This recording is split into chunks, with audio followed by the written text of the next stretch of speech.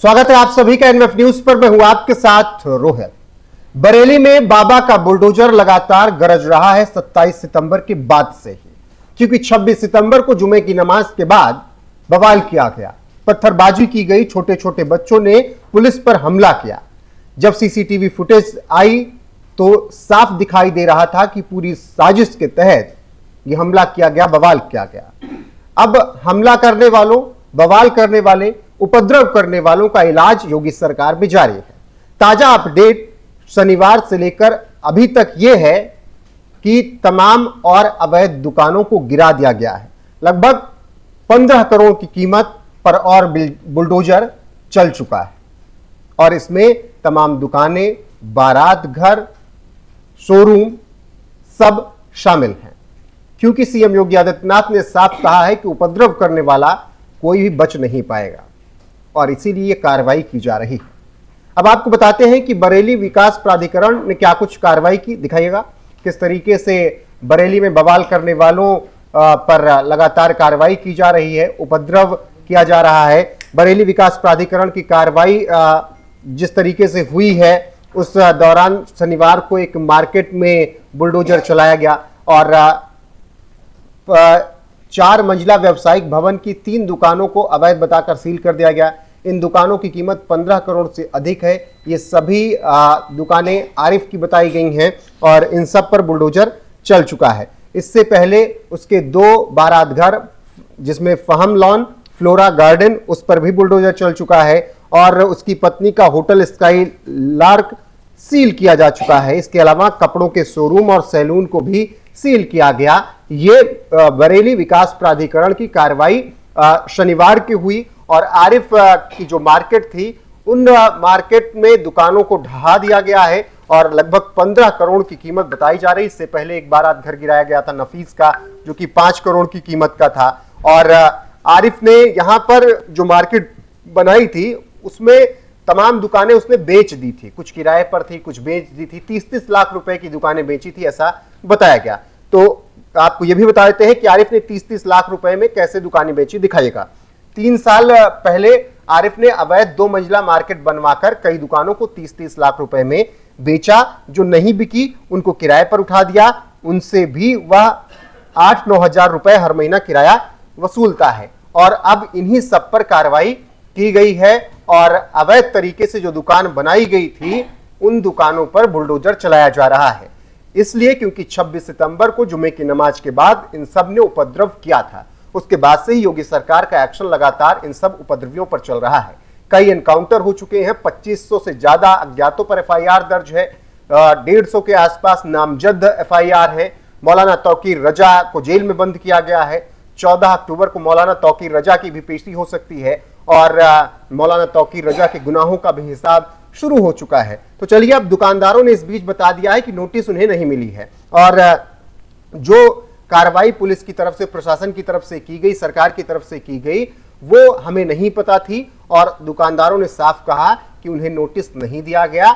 लेकिन इसकी सच्चाई भी कुछ और है, क्योंकि वो तो दुकानदार थे, किराएदार थे, उन सबको नोटिस नहीं मिला। तो दुकानदारों ने कहा कि हो सकता है कि मालिक के पास नोटिस गई हो और उन्होंने हमें बताया ना हो। ये भी दिखाते हैं आपको, दिखाइएगा। दुकानदारों ने कहा नोटिस नहीं मिला। मोहम्मद आरिफ के 2 मंजिला मार्केट में जाहिद हुसैन की फर्नीचर की दुकान है, लेकिन मौके पर कोई मानचित्र या रिकॉर्ड पेश नहीं किया गया, ना ही मालिक मोहम्मद आरिफ पेश हुए। दुकानदारों ने कहा कि दिवाली का सीजन है, अब काम कैसे करेंगे, दुकान किराए पर ली थी, नोटिस तो नहीं आया। अगर आया होगा तो मकान मालिक के पास होगा, पहले पता होता तो हम सामान निकाल लेते। यानी दुकानदारों को यह पता ही नहीं था कि नोटिस थमाया गया था। दरअसल बुलडोजर चलाने से पहले नोटिस देना होता है, कोर्ट ने भी आदेश दिया था और 15 दिन बाद ही कोई कार्रवाई की जा सकती है।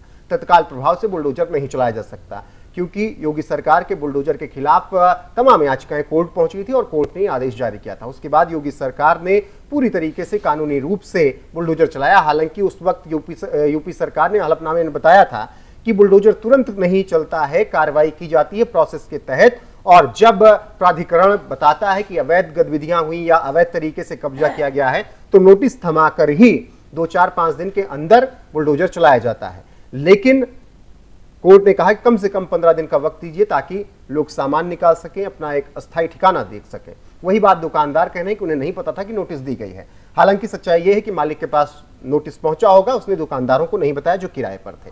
लेकिन अब बरेली में लगातार उपद्रवियों का इलाज चल रहा है, और इलाज इसलिए हो रहा है क्योंकि योगी सरकार कट एंड क्लियर है 2017 से सत्ता में आने के बाद से ही कि उत्तर प्रदेश में कोई भी उपद्रव करेगा, बवाल करेगा, हिंसा करेगा, आगजनी करेगा तो उससे सबक उसको सिखाया जाएगा। जो भी गुंडाई करेगा एनकाउंटर होगा, उसका बुलडोजर चलेगा ही चलेगा। तो ऐसे में अब बुलडोजर कार्रवाई लगातार बरेली में 27 सितंबर से हो रही है और उपद्रव करने वालों का इलाज लगातार जारी है। आपको बता दें कि मौलाना तौकीर रजा के ऊपर तमाम आरोप लगे। मौलाना तौकीर रजा इस पूरे उपद्रव के लिए मास्टरमाइंड बताया गया। यही वजह है कि मौलाना तौकीर रजा को गिरफ्तार किया गया और फिर मौलाना तौकीर रजा से पूछताछ की गई। एनएसए लगाने की तैयारी है और अब देखना होगा कि 14 अक्टूबर को जब बरेली कोर्ट में मौलाना तौकीर रजा पेश होता है तो फिर क्या कुछ कहा जाता है, वहां पर अदालत क्या कुछ कहती है। हो सकता है अगर मौलाना तौकीर रजा नहीं आ पाता है किसी वजह से तो फिर मौलाना तौकीर रजा वीडियो कॉन्फ्रेंसिंग के जरिए पेश होगा, क्योंकि इससे पहले की पेशी टाली जा चुकी थी। तो अब देखना होगा कि क्या कुछ होता है। फिलहाल की अपडेट यही है कि बरेली में लगातार बुलडोजर कार्रवाई हो रही है। अभी हाल फिलहाल में तमाम दुकानों को और गिरा दिया गया है, मैरिज हॉल को गिरा दिया गया और 15 करोड़ से ज्यादा के अवैध निर्माण को ढहाया गया है और ये कार्रवाई लगातार चलती रहेगी, ऐसा सीएम योगी आदित्यनाथ की तरफ से कहना है, क्योंकि उन्होंने कहा है कि हिंसा करने वाले, उपद्रव करने वाले हर जगह पीटे जाएंगे जैसे बरेली में पीटे गए थे। योगी आदित्यनाथ के बयान के साथ आपको छोड़े जाते हैं, बाकी बने रहिए आप हमारे साथ लगातार। नमस्कार। जिसने भी कानून को हाथ में लेने का प्रयास किया, जो भी राह चलते हुए राहगीर पर हमला करेगा, जो भी बेटी की सुरक्षा पे सेज लगाने का कार्य करेगा और जो भी व्यापारिक प्रतिष्ठानों में आगजनी करने का दुस्साहस करेगा, जो भी पर्व और त्योहारों में उपद्रव करेगा, उसको हम पहले से इस बारे में कह देंगे कि उसको बिना मांगे जहन्नुम में जाने का टिकट हम काट करके दिला देंगे।